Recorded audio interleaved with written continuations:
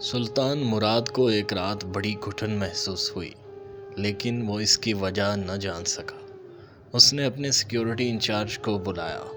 بادشاہ کی عادت تھی کہ وہ بھیس بدل کر عوام کی خبر گیری کرتا تھا۔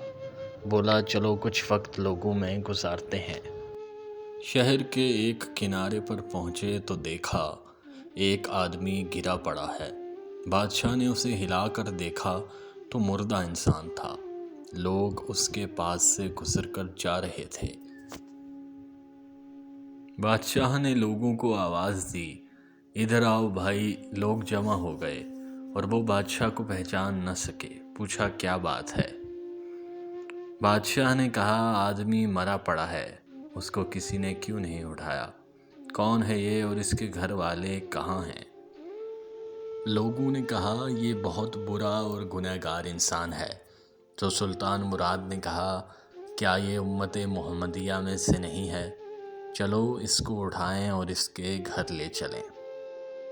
لوگوں نے میت گھر پہنچا دی۔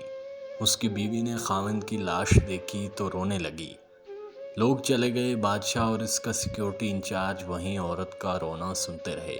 وہ کہہ رہی تھی، میں گواہی دیتی ہوں بے شک تو اللہ کا ولی ہے اور نیک لوگوں میں سے ہے۔ سلطان مراد بڑا متعجب ہوا، یہ کیسے ہو سکتا ہے؟ لوگ تو اس کے بارے میں یہ باتیں کر رہے تھے اور اس کی میت کو ہاتھ لگانے کو تیار نہ تھے۔ اس کی بیوی نے کہا، مجھے بھی لوگوں سے یہی توقع تھی۔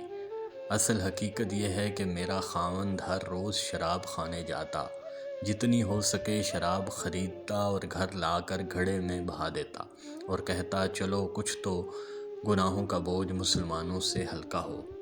اسی طرح رات کو ایک بری عورت کے پاس جاتا اور اس کو ایک رات کی اجرت دے دیتا اور اس کو کہتا کہ اپنا دروازہ بند کر لے، کوئی تیرے پاس نہ آئے۔ گھر آ کر کہتا، الحمدللہ آج اس عورت کا اور نوجوان مسلمانوں کے گناہوں کا میں نے کچھ بوجھ ہلکا کر دیا ہے۔ لوگ اس کو ان جگہوں پر آتا جاتا دیکھتے تھے۔ میں اسے کہتی تھی کہ یاد رکھ، جس دن تم مر گیا، لوگوں نے تجھے غسل دینا ہے، نہ تیری نماز پڑھنی ہے اور نہ تجھے دفنانا ہے۔ وہ مسکرا دیتا اور مجھ سے کہتا کہ گھبرا مت، تو دیکھے گی کہ میرا جنازہ وقت کا بادشاہ، علماء اور اولیاء پڑھیں گے۔ یہ سن کر بادشاہ رو پڑا اور کہنے لگا، میں سلطان مراد ہوں، کل ہم اس کو غسل دیں گے، ہم اس کی نماز جنازہ بھی پڑھائیں گے اور اس کی تدفین بھی ہم کروائیں گے۔ چنانچہ اس کا جنازہ بادشاہ، علماء، اولیاء اور کثیر عوام نے پڑھا۔ آج ہم بظاہر کچھ دیکھ کر یا محض دوسروں سے سن کر اہم فیصلے کر بیٹھتے ہیں۔ اگر ہم دوسروں کے دلوں کے بھید جان جائیں تو ہماری زبانیں گونگی ہو جائیں۔